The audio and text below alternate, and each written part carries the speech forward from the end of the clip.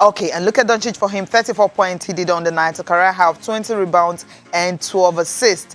And of course, at 21 years and 158 days, he became the youngest player to finish a game with 30 or more points, 20 or more rebounds, and 10 or more assists. Now you know why that historic moment is right there. But then let's start off the show with the results coming from the NBA. But you have since the restart, some of the results that we have right here. You have the Mavericks and the Sacramento Kings leading the way. That Mavericks Kings, that's the game that actually I'll really get us talking this morning. It was 114 and 110 on the night. The Nets and the Milwaukee Bucks. This one, it was the Nets who upset the Milwaukee Bucks by 3 points on the night, 119 and 116. Giannis Antetokounmpo played about 15 minutes in that game, and because he was rested all through the second half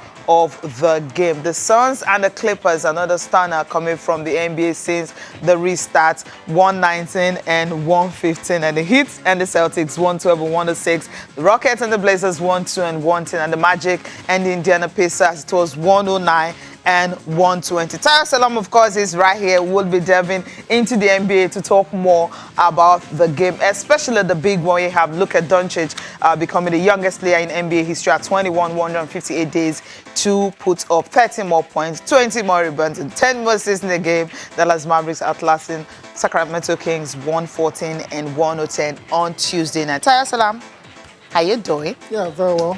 Good. Luka Doncic getting us talking this morning. Yeah. What a player. Just 21 years of age. I mean, playing like a veteran. It's just out of this world. And like you said at the start of the show, 21 years and 158 days.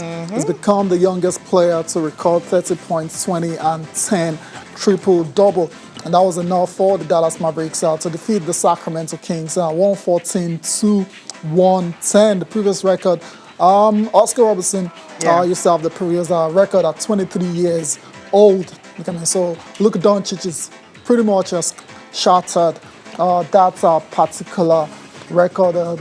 20 rebounds is also a career high for Luka Doncic.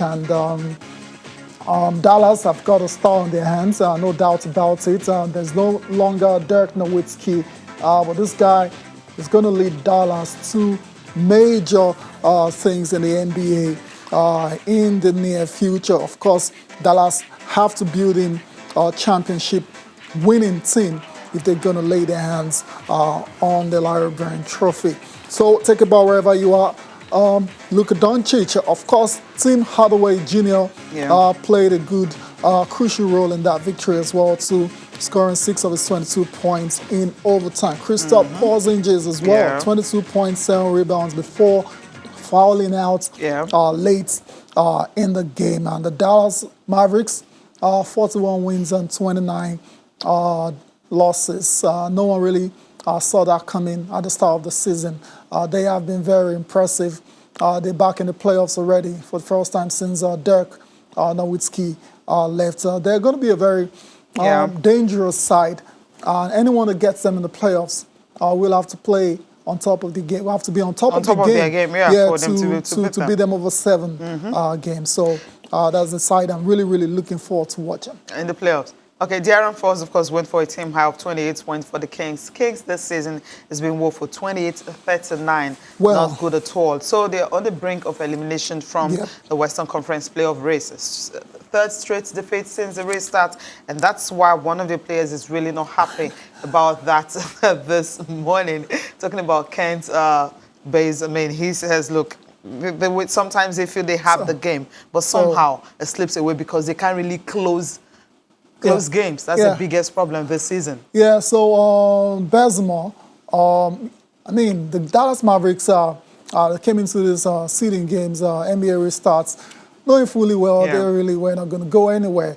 The young side, they were still learning the game. They weren't going to make the playoffs. And so we're going to count all of this as a part of the learning curve, for the experience for the Sacramento Kings. And that's exactly what Bazemore is saying. We're not too disappointed, even though, of course, everyone wants to win.